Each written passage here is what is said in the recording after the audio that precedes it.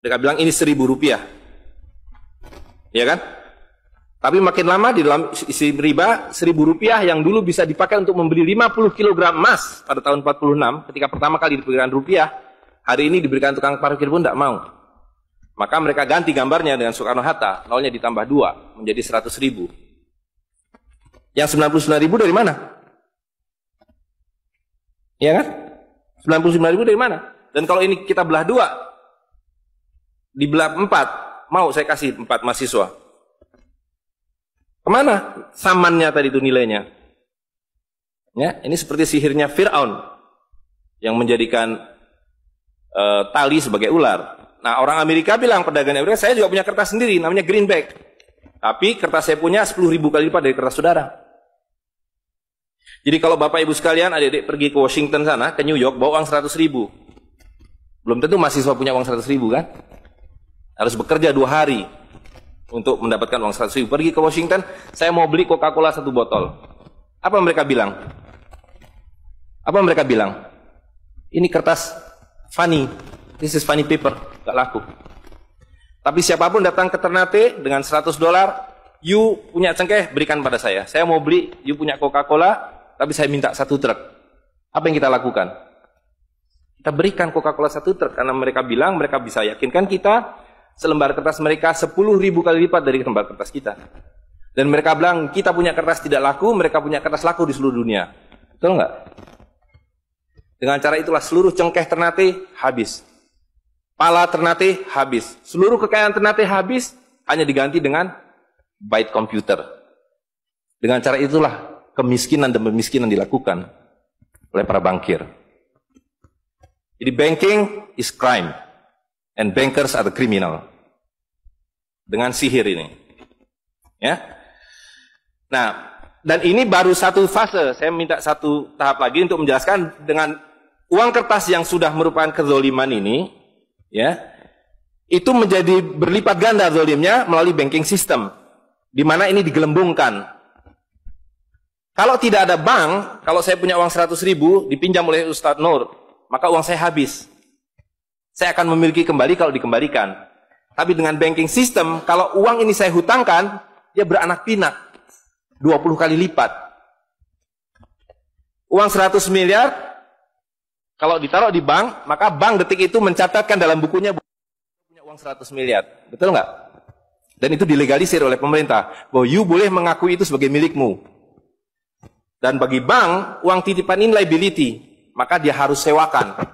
Dia harus pinjamkan dengan bunga. Kepada orang yang mau beli rumah tidak bisa beli rumah. Mau beli mobil tidak bisa beli mobil. Jangan khawatir, saya beri kredit. Tapi harus tahan 10% untuk cadangan. Ya kan? Dan semua orang dibikin miskin. Misi pokok bank adalah membuat semua orang miskin. Supaya tidak mampu membeli apapun kecuali berhutang melalui bank. Maka ketika 100 miliar ini diterima bank, maka dia bisa mengutar itu 20 kali. Dengan bunga katakanlah 10%. Maka dia akan mendapatkan dari bunganya saja 180 miliar. Jadi kalau bank bilang saya ngasih bunga hanya 10%, dia akan dapatkan 200%. Dan dari pokoknya yang dia putar itu, maka dia akan dapatkan 20 kali 90 miliar. Coba lihat, maka terciptalah uang 1,9 triliun, hampir 2.000 triliun. Padahal uangnya berapa tadi? 200 miliar. Yang 1,8 triliun dari mana? Angin, sihir. Tidak ada. Itu sebabnya setiap bank dijaga oleh satpam. Supaya mengesankan bahwa di bank ada uang. Tidak ada uang di bank. Itu kenapa setiap pegawai bank pakai jas, pakai dasi. Supaya orang yakin bahwa uangnya dijaga dengan baik. Karena di situ tidak ada uang. Dan itu sepenuhnya pengelabuan. Jadi bank itu adalah arisan berantai. Kalau kita datang mengambil uang, tapi orang bisa bilang, tapi kalau saya ngambil uang di bank kok ada?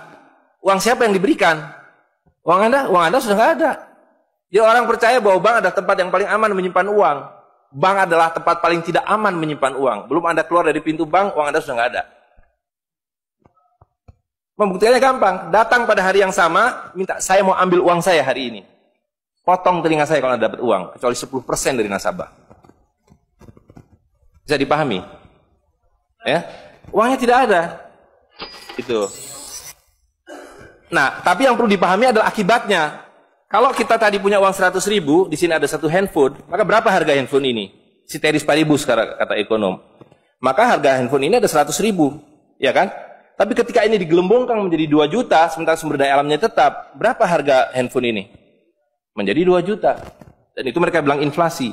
Jadi inflasi adalah kebohongan. Lihat ya, dulu ketika Republik Indonesia didirikan, uang yang pertama dicetak adalah 1 sen, paling besar 100 rupiah, 600 rupiah. Uang 1000 pernah didesain tapi tidak dicetak karena terlalu besar. Karena dengan 1000 Anda sudah dapat beli emas setengah kilo. Pada waktu itu 1 gram emas hanya 2 rupiah. Dan mereka berjanji, jangan khawatir, setiap rupiah saya jamin dengan 1,5 gram emas. Sampai sekarang itu berlaku Undang-Undang tahun 46. Nah tapi lihat, karena uang kertas itu sihir, dicetak makin banyak, nilainya merosot. Bebeknya mah tetap, cengkehnya tetap, palanya tetap, tapi nilai uangnya yang merosot. Maka mulai tahun 52, ini pertama kali by the way, ini Bank Indonesia baru muncul tahun 52. Bank Sentral Republik Indonesia itu bukan Bank Indonesia, dulu namanya BNI 46.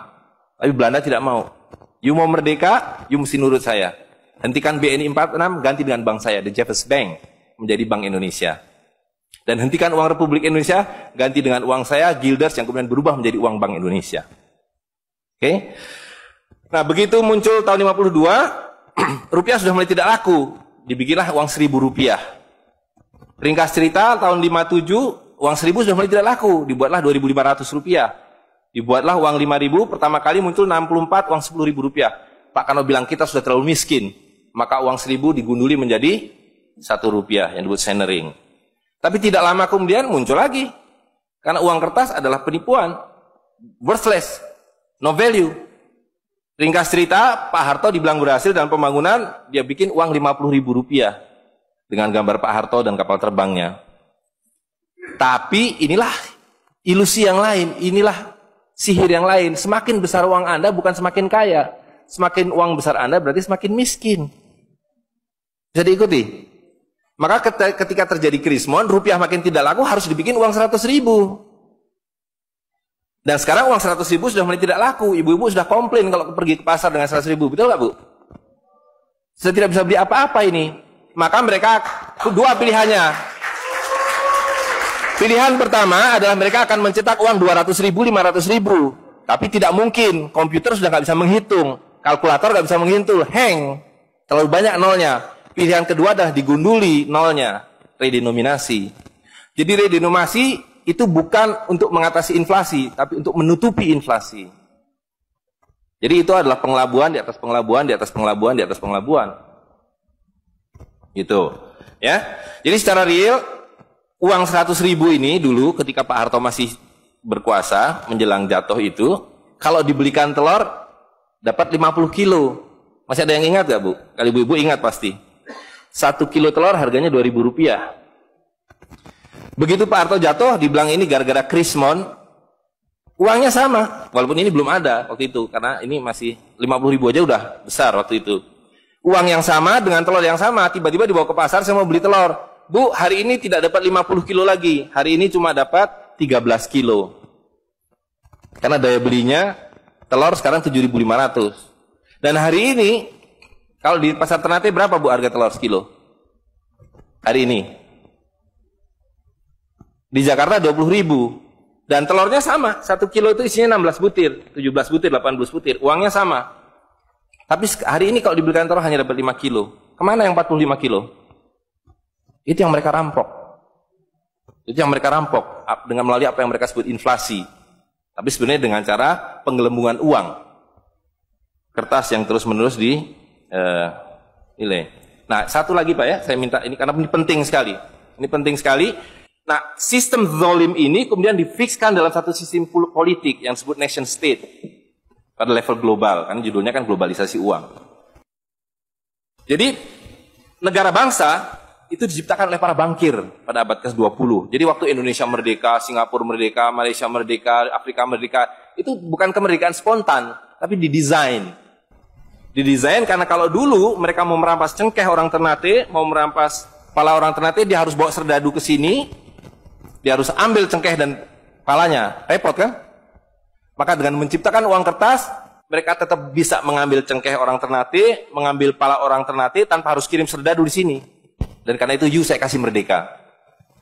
Tapi satu mesti bikin bank sentral, kedua pakai uang kertas.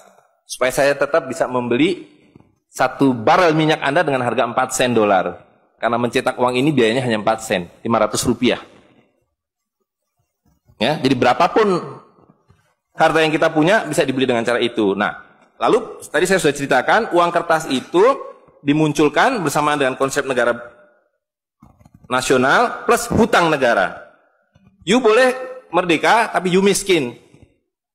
Rakyat penyakitan, rakyatmu bodoh. Tapi jangan khawatir, saya punya uang. Sekolahkan rakyatmu, bikin pembangunan, saya kasih hutang. Ya kan?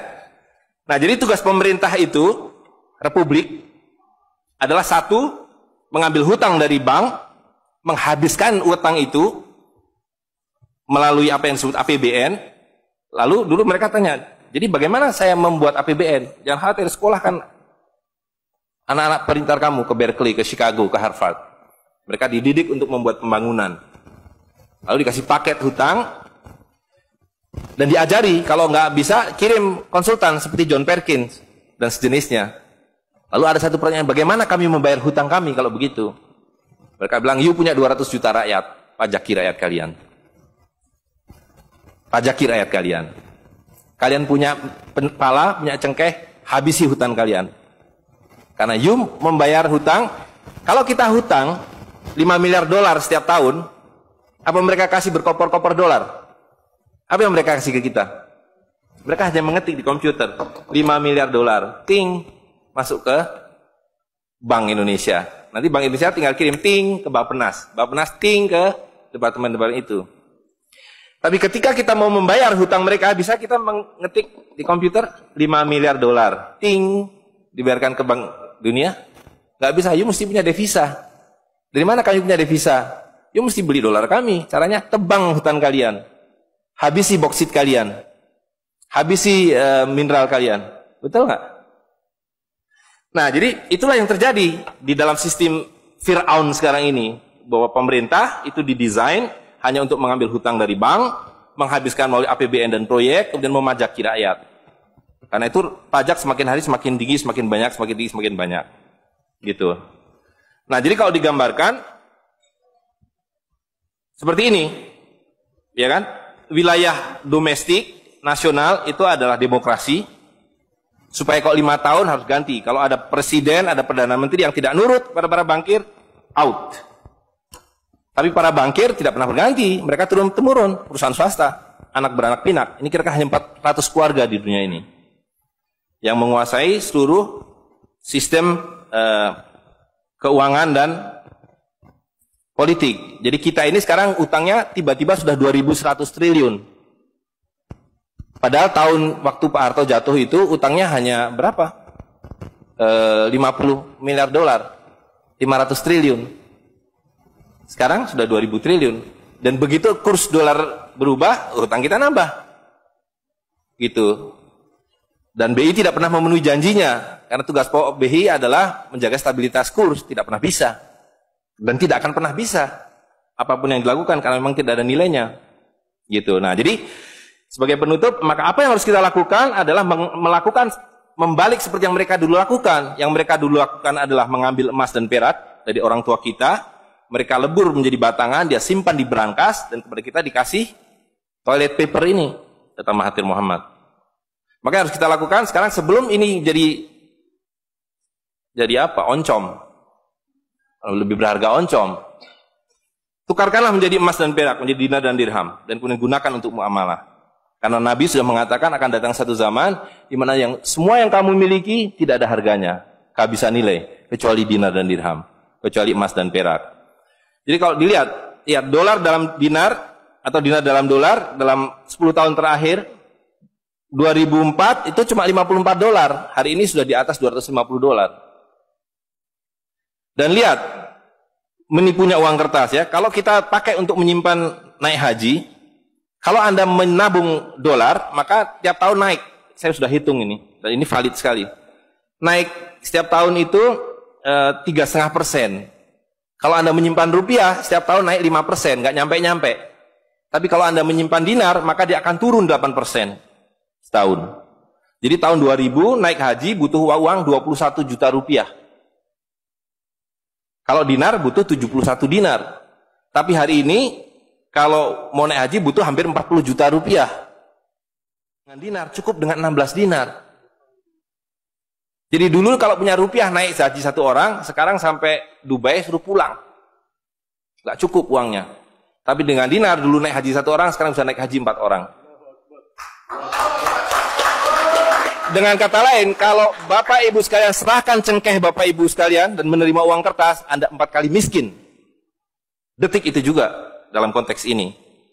Maka serahkanlah cengkeh dan katakan, saya mau serahkan cengkeh, bayar kami dengan dinar. Bayar kami dengan dirham. Saya serahkan pala kami, bayar kami dengan emas dan perak. Saya tidak mau uang palsu ini, uang-uangan ini. Saya mau uang yang sebenarnya, uang dari Rasul SAW. Ya, gitu. Dan harga minyak ini palsu semua. Dibilang minyak naik turun naik, tidak ada yang minyak naik. Kalau dengan dolar dia naik terus, tapi dengan dinar dia flat. Sekali lagi, bahwa sumber daya alam itu terbatas, maka alat tukar pun harus terbatas. Jadi ketika kita menggunakan kertas ini digelembungkan. Tapi ketika Anda menggunakan emas dan perak, ini sama. Maka sekali dia punya alat tukar, nilai tukarnya dari zaman Rasulullah SAW seekor kambing, hari ini 1 dinar dapat seekor kambing. Zaman Nabi dapat seekor ayam 1 dirham, hari ini dapat seekor ayam. Tidak ada yang berubah. Sekali lagi pemiskinan itu adalah dibikin oleh sistem. Dan tadi sudah disampaikan bahwa dari tahun ke tahun, di dalam slide yang sebelumnya dalam penjelasan itu, bahwa dinar dan dirham itu selalu dicetak oleh para sultan. Jadi lihat, ketika para sultan berkuasa, para sultan berikan emas dan perak pada rakyat. Para sultan kemudian disingkirkan, diganti oleh para bankir, emas dan perak mereka ambil, diberikan kertas. Itu yang terjadi dari abad ke-19. Maka alhamdulillah pada hari ini kita melihat bahwa kesultanan sudah kembali dengan dinar dan dirham.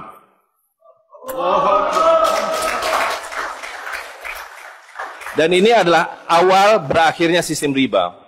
Ini adalah awal dari janji Allah SWT, yamhaqwahu riba wa yurbi sodakotan. Aku suburkan sedekah dan aku hancurkan riba. Kehancuran riba ditandai dengan seperti apa yang dikatakan Nabi, kehancuran mata uang kertas. Suka atau tidak suka, terima atau tidak terima, ini adalah awal kehancuran. Dan karena itu yang harus kita lakukan adalah supaya kita tidak ikut hancur di dalamnya, kita song-song kembalinya dinar dan dirham. Dan itu berarti kembalinya sultania. Dan Ternate adalah awal dari kembalinya dinar dan dirham dan sultania bersama dengan Kesultanan Cirebon, bersama dengan Kesultanan di Sulu. Jadi sekarang sudah ada ketiga sultan yang mencetak kembali dinar dan dirham. Dan ini akan mengawali kembalinya dinar dan dirham di seluruh dunia. Jadi kalau pada abad 15, abad 16, abad 17 bangsa Ternate sudah sampai ke Madagaskar, sudah sampai ke negeri atas angin di Spanyol, maka pada abad 21 kembali Ternate sampai Spanyol. Ternate sudah kembali sampai Afrika Selatan, sudah sampai Eropa melalui dinar dan dirham yang berlaku di seluruh dunia. Orang Amerika tidak bisa mengatakan emas saya 5 kali lipat dari emas saudara, tidak bisa. Emas kami dari Ternate sama harganya dengan emas kalian. You 1 dinar, kami 1 dinar. You 1 dirham, kami 1 dirham. Itulah keadilan. Ya. Jadi karena itu Bapak Ibu sekalian, yang terakhir sekali saya ingin sampaikan, dinar dan dirham yang kita bicarakan ini tidak ada artinya kalau berhenti hanya di dalam ruangan ini. Dinar dan dirham harus segera berkemerincing di kota Ternate. Dan Anda semua yang harus memulainya. Tadi 2 orang sudah menyatakan diri sebagai relawan jawara, jaringan wirausahawan dan pengguna dinar dirham Nusantara. Maka dalam waktu sebentar, insya Allah di Ternate, dari 2 orang ini akan menjadi 2.000 orang yang menggunakan dinar dan dirham. Ya, dari 2.000 akan menjadi 200.000. Seluruh penduduk Ternate menggunakan dinar dan dirham. Dan Kanjeng Sultan dari beberapa waktu yang lalu sudah mulai membagikan zakat dalam dirham. Jadi di Ternate itu sekurangnya sudah ada 1.000 orang memiliki koin dirham yang dibagikan oleh Sultan. Dan itu adalah awal. Ini baru awal, dari kembalinya Islam dan berakhirnya kedzaliman. Jadi sekali lagi Bapak Ibu sekalian, marilah segera ya ular-ular Fir'aun itu kita akhiri dengan cara yang sangat mudah, yaitu kita mentaati perintah Allah SWT. Allah SWT mengatakan wa halalul bai' wa harramar riba. Aku halalkan berdagang dan aku haramkan riba. Dan uang kertas adalah riba par excellence. Di dalam uang kertas ini ada 2 riba sekaligus.